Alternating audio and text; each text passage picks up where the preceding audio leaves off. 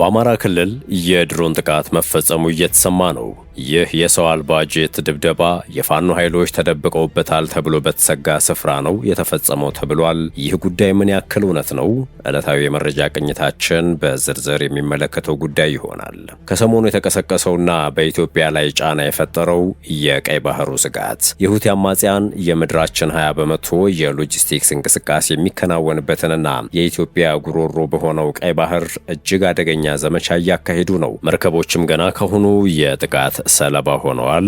ዝርዝር መረጃው ትኩረታችን ይሆናል። ጤና ይስጥልን ውድ የሸገር ታይምስ ቤተሰቦች እንዴት ናችሁ? ዕለታዊ መረጃ ቅኝታችን ነው ተጀምሯል። በመግቢያችን ላይ ያደመጣችኋቸው አበይት ነጥቦች ትኩረታችን ናቸው።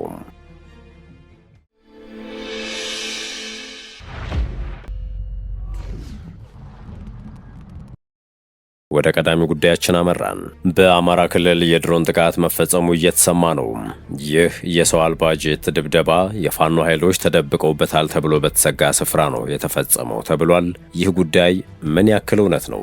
ዝርዝሩን እንደሚከተለው እንመልከት። በደቡብ ወሎ በሚገኝ ገዳም ላይ የድሮን ጥቃት መፈጸሙ ተሰምቷል። ሆኖም በሀገሪቱ መከላከያ ሰራዊትና የክልል የጸጥታ ኃይሎች አማካኝነት በፋኖ ኃይሎች ላይ በተጀመረው መጠነ ሰፊ ወታደራዊ ዘመቻ ዳግም የጸጥታ ስጋት እንዳንዣበበበት በሚነገርበት አማራ ክልል ተፈጸመ የተባለውን ጥቃት በተመለከተ እስካሁን ከሶስተኛ ወገን የተሰማ ማረጋገጫ አልተገኘም። ከትላንት ምሽት ጀምሮ በማህበራዊ ድረገጾች የሚሰራጩ መረጃዎች እንደሚያሳዩት ከሆነ ከረጅም ወራት በኋላ በክልሉ የድሮን ጥቃት ተፈጽሟል። ጥቃቱ መንግስት በጽንፈኝነት የፈረጃቸው የፋኖ ኃይሎች ላይ ያነጣጠረ ነው ቢባልም በአንድ የእምነት ተቋም ላይ ግን ጉዳት መድረሱን የተሰማው በአማራ ክልል በደቡብ ወሎ ዞን መካነ ሰላም አካባቢ በሚገኘው ቅድስት አርሴማ አንድነት ገዳም ላይ የድሮን ጥቃት መፈጸሙን የሚገልጹ መረጃዎች በማህበራዊ ትስስር ገጾችና በአንዳንድ የሀገር ውስጥ የዜና ምንጮች ተሰራጭተዋል። በእነዚህ ሪፖርቶች መሰረት ጥቃቱ ትላንት ሐምሌ 15 ቀን 2018 ዓ.ም መፈጸሙ ተገልጿል። ሪፖርቶቹም በጥቃቱ ምክንያት በገዳሙ የሚገኙ 2 ሴቶች ሕይወታቸውን ማጣታቸውንና ሌሎች መጉዳታቸውን ይጠቅሳሉ። እስካሁን ድረስ ግን ይህ ተፈጸመ የተባለውን የድሮን ድብደባ በተመለከተ በገለልተኛ ምንጮች ማረጋገጥ አልተቻለም። የተሰራጩት መረጃዎችም ራሳቸው ከሶስተኛ ወገን የተገኘ ማረጋገጫ እንዳልተገኘ ያመላክታሉ። በተጨማሪም እስካሁን ድረስ ከክልሉ መንግስትም ሆነ ጥቃት ተፈጸመባቸው ከተባሉት የፋኖ ኃይሎች በኩል ይፋዊ መግለጫ ሲወጣ አልተመለከትንም። በእርግጥ ጥቃቱን በተመለከተ አንድ ተንቀሳቃሽ ምስል በማህበራዊ ሚዲያ ላይ እየተሰራጨ ይገኛል። ከክስተቱ ጋር በተያያዘ በማህበራዊ ትስስር ገጾች በስፋት ሲሰራጭ የተመለከትነው ቪዲዮ ውስጥ በገዳሙ የሚገኙ ናቸው የተባሉ መነኮሳት ስለተፈጸመው ጥቃት ሲናገሩ ይታያሉ። ሆኖም ተንቀሳቃሽ ምስሉ የፈራረሱ የቤት ይዞታዎች የሚታዩበት ቢሆንም ትክክለኛውን ቦታ፣ ጊዜና ይዘት በገለልተኛ መንገድ ማረጋገጥ አልተቻለም። በአማራ ክልል በቀጠሉት ግጭቶች የድሮን ጥቃቶች በተደጋጋሚ ይፈጸማሉ በሚል ሪፖርት ሲደረጉ ቆይተዋል። በተለያዩ ጊዜያት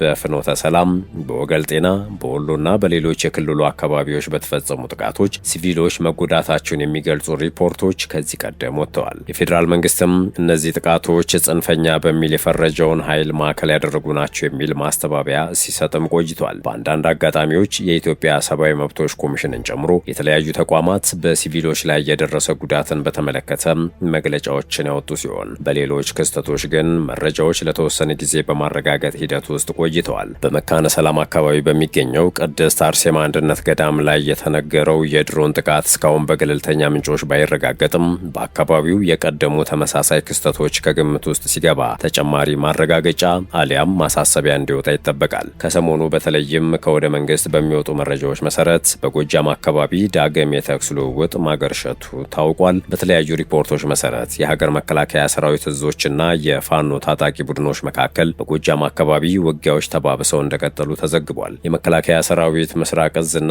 6ኛ እዞች በምዕራብና ምስራቅ ጎጃም ዞኖች የፋኖ ይዞታዎችን እያስለቀቁ መሆናቸውን፣ በጮቄ ተራራም የፋኖ ታጣቂዎችን እየደመሰሱ እንደሆነ ተዘግቧል። ሆኖም የድሮን ጥቃቱ ተፈጽሟል ተብሎ የተነገረው ቦታ በደቡብ ወሎ ዞን መካነ ሰላም አካባቢ ሲሆን ከሰሞኑ የግጭት ሪፖርቶች ዋና ትኩረት ከሆነው ጎጃም አካባቢ በርቀት የሚገኝ ስፍራ ነው። በመሆኑም ተፈጸመ የተባለው የሰው አልባ ጄት ድብደባ ከጎጃም የውጊያ ቀጠና በበርካታ በርካታ ኪሎ ሜትሮች የጂኦግራፊ አውድ ውስጥ የሚገኝ መሆኑ ታውቋል። በተመሳሳይ ከሰሞኑ በሀገር ውስጥ ወቅታዊ ጉዳዮች ዙሪያ የተለያዩ ፖለቲካዊና ወታደራዊ እንቅስቃሴዎች ሪፖርት እየተደረጉ ይገኛሉ። በዋናነትም ከወደ ትግራይ በኩል የህወሓት መሪዎች የሚያደርጓቸው የጦርነት ነጋሪት ጉሰማዎች ትኩረት እየተሰጠው ይገኛል። ባለፉት ጥቂት ቀናት አንዳንድ የህወሓት መሪዎች በሰጧቸው ይፋዊ መግለጫዎች ክልሉ ዳግም ወደ ግጭት ሊያመራ ይችላል የሚል ስጋት እንዲፈጠር ምክንያት ሆኗል። በተመሳሳይም የሰላምና ደህንነት እንዲሁም የግጭት ተንታኞች በሰሜን ኢትዮጵያ ያለው ውጥረት ወደ ሰፊ ግጭት ሊያመራ እንደሚችል ሲጠቁሙ ቆይተዋል። የፌዴራል መንግስት በበኩሉ በተለያዩ የሀገሪቱ ክፍሎች የሚካሄዱ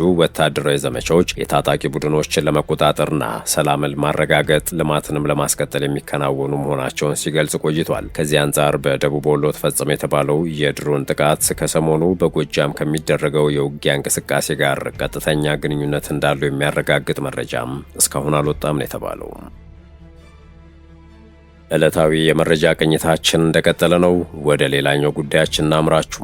የየመን ሁቲዎች ለኢትዮጵያ ቅርብ በሆነው የቀይ ባህር ክፍል ላይ የጣሉት እገዳ ከፍተኛ ስጋት አስከትሏል። የኢራን አጋር የሆኑ ኃይሎች በቀይ ባህር የመርከቦች መተላለፊያ መስመር ላይ የጣሉት እገዳ በዓለም የንግድ እንቅስቃሴ ላይ ተጨማሪ መደናቀፍ ይሆናል የሚል ስጋትን የፈጠረው ኢራን የሆርሙዝ ወሽመጥን በመዝጋቷ በፋርስ ባህረ ሰላጤ የመርከቦች እንቅስቃሴ ላይ ከፍተኛ ጫና ተፈጥሯል። አጋሮቿ ደግሞ በቀይ ባህር በኩል ሌላ ግንባር ለመክፈት ሲዝቱ ቆይተዋል። አሁን ሰሜናዊ የመንን የተቆጣጠሩትና በኢራን የሚደገፉት ሁቲዎች የዓለም 12 በመቶ የነዳጅ ፍጆታ የሚጓጓዝበት ወደ ቀይ ባህር በሚያስገባው የባቤል መንደብ ወሳኝ የባህር መተላለፊያ በኩል የአሜሪካ ወዳጅ የሆነችው የሳውዲ አረቢያ መርከቦች እንዳያልፉም እገዳ ጥለዋል። ሰኞ ሐምሌ 13 2018 ዓ.ም የሁቲ ወታደራዊ ቃል አቀባይ ያህያ ሳሪ እንደተናገሩት በመርከቦቿ ላይ እቀባው የተጣለው ሁቲዎች በሚቆጣጠሯቸው አካባቢዎች በሚገኙ ወደቦችና የአውሮፕላን ማረፊያዎች ላይ ሳውዲ ለጣለችው እገዳ አጸፋ ነው። በምላሹም የሳውዲ አረቢያ የውጭ ጉዳይ ሚኒስቴር ክሱን አውግዞ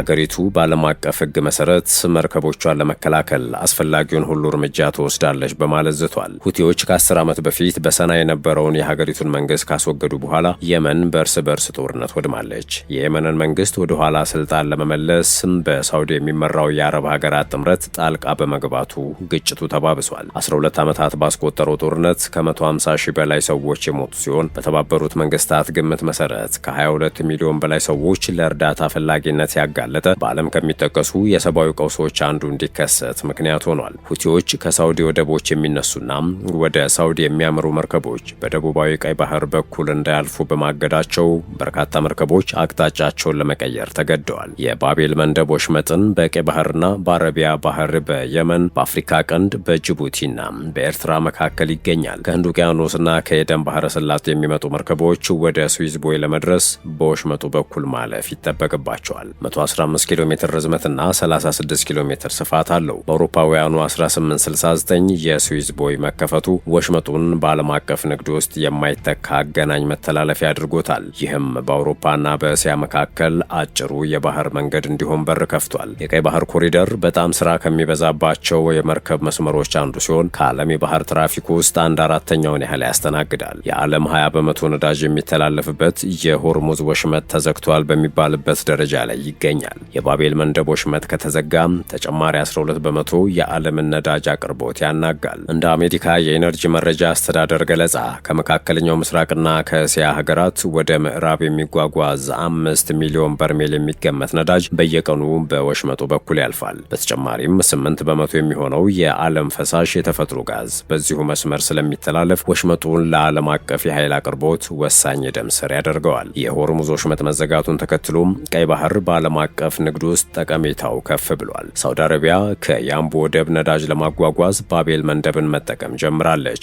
ሪያድ በየቀኑ ከምስራቃዊ ነዳጅ ማውጫዎቿ በቧንቧ በሚሊዮን የሚቆጠር በርሜሎችን ታስተላልፋለች። ከድፍድፍ ነዳጅና ከጋዝ በተጨማሪ የባቤል መንደብ ወሽመጥ በምስራቅና በምዕራብ መካከል ያለ ዋና የንግድ መስመር ሲሆን ሲሆን በየቀኑ በደርዘን የሚቆጠሩ የጭነት መርከቦች በዚሁ መስመር በኩል ያልፋሉ። መስመሩ ከተዘጋ በ2021 የፓናማ የጭነት መርከብ ኤቨር ጊቨን የስዊዝ ቦይን በመዝጋት የፈጠረችው አይነት ተጽዕኖም በዓለም የነዳጅና የምርቶች እንቅስቃሴ ላይ ከፍተኛ ጫናን ይፈጥራል። በወቅቱ በዓለም አቀፍ የአቅርቦት ሰንሰለቶች ላይ ከባድ ማነቆዎች ተፈጥሮ ነበር። ይህም የነዳጅ አቅርቦትንና የተለያዩ ዕቃዎችን ጉዞ ከማዘግየቱን በተጨማሪ ከፍተኛ የዋጋ ጭማሪ አስከትሏል። ውድ የሸገር ታይምስ ቤተሰቦች የዕለቱ የመረጃ ቅኝታችን ይህን ይመስል ነበር። ስለተከታተላችሁን ከልብ አመሰገንን። በያላችሁበት ሰናይ ጊዜን ተመኘን።